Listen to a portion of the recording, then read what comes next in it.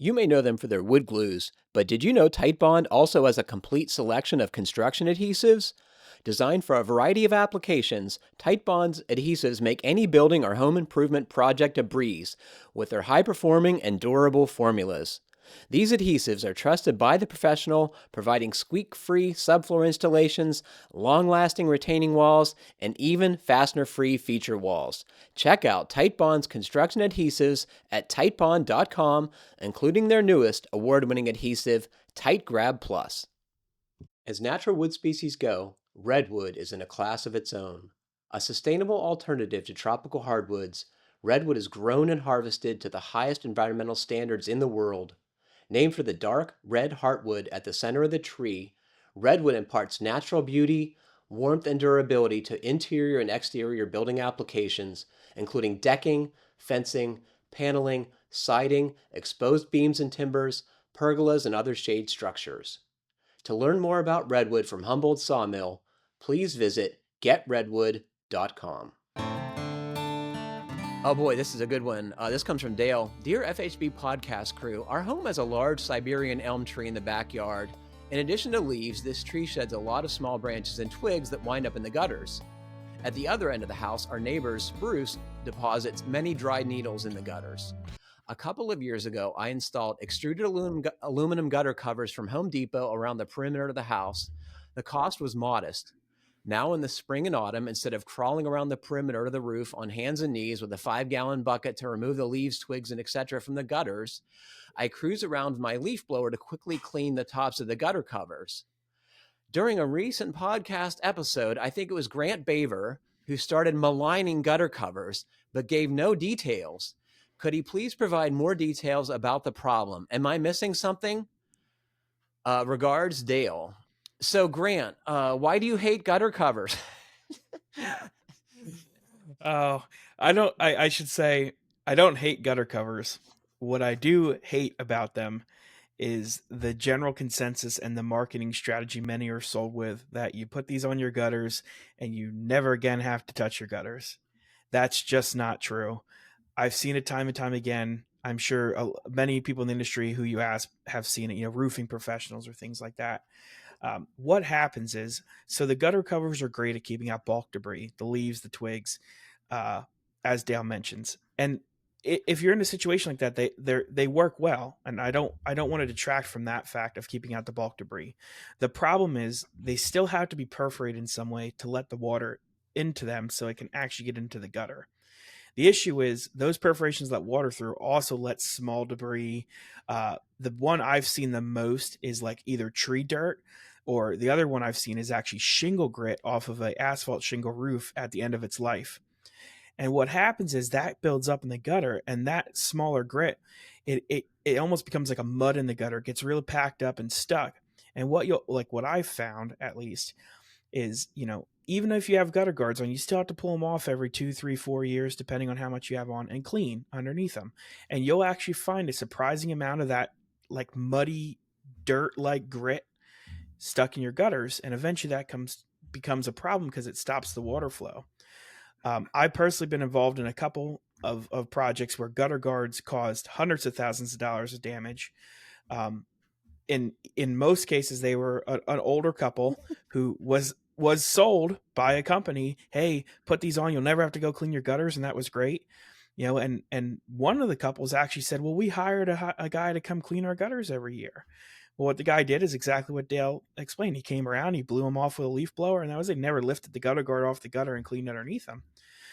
They weren't able to get out around their house as much, especially when in the middle of a pouring rainstorm, to see these issues.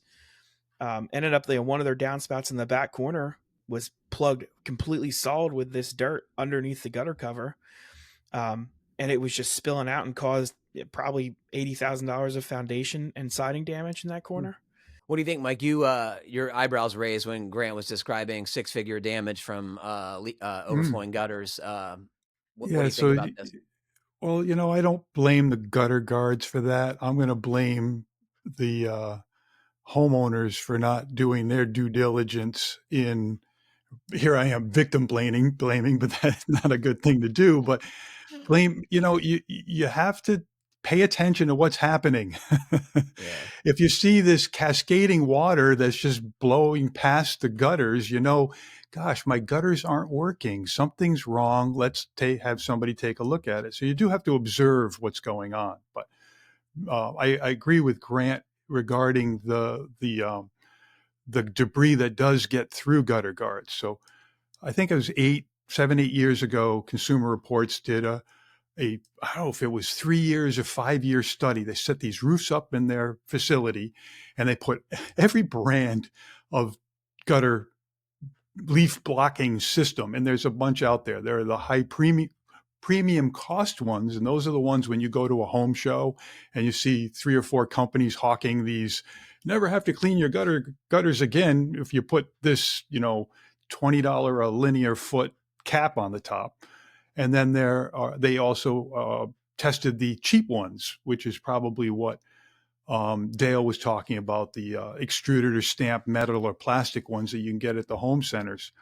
And they found that the inexpensive ones, the plastic or the stamped out metal ones with just little holes in them, were more effective at keeping leaves out. However, as Grant points out, still the small decay debris still gets through the gutters. And yes, indeed, you do need to pull up those 1 or 2 of those panels, put a hose up there and flush out the gutter every now and then. So out of the 6 rental houses I had, plus my own and my mother's, every 2 or 3 years, that's what I would do. I put the cheapest plastic gutter guards on there. They kept the bulk of the leaves out. But once every 3 years or so, I go up there, look and inspect them, and wherever the debris collected, which was mostly a mud, just take a hose and just hose it out, and then it was good for another 3 or 4 years. But yeah, they do. The gutters do need to be checked and cleaned every now and then. Dale, if you can, you mentioned climbing around on the roof. Some roofs you can't, and you need to get a ladder, and it might be 20 feet up in the air. So, I think it depends on the house you have, whether this makes a lot of sense, right? Because some of these things are hard to get off, as I recall, especially the systems that you were talking about, Mike, sold at the home show.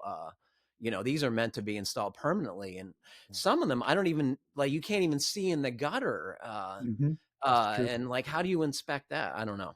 Another thing, just as an aside on the gutters, if people had the right slope on their gutter, it helps a lot. A lot of the gutters, because people don't want to see the fascia above the gutter, if you put a good slope on a gutter, it makes a tremendous difference, I've noticed, at flushing out, self-flushing. What is the right slope, Mike? So, in the Alcoa installation manual I got when I was in my 20s, that indicated it should be nearly level, right? Or it was okay for it to be nearly level. What do you think the right slope is?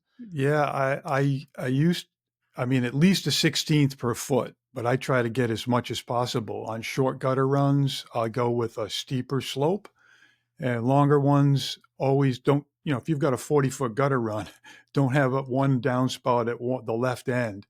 Make sure you put one at each end, and then that way you're going to reduce the length. So the length and the slope makes a difference on how much debris collects.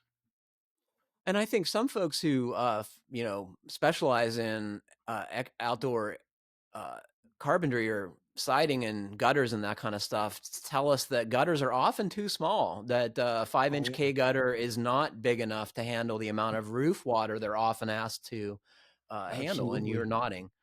Yeah, I've upgraded to the 6-inch or even larger now with everything I put on. Just it's worth the few extra dollars. What about the scale? I think folks might worry that in a residential setting, these gutters look too big. Do you find that to be the case? Then don't put gutters on. That's the best solution yet. Just skip them all together.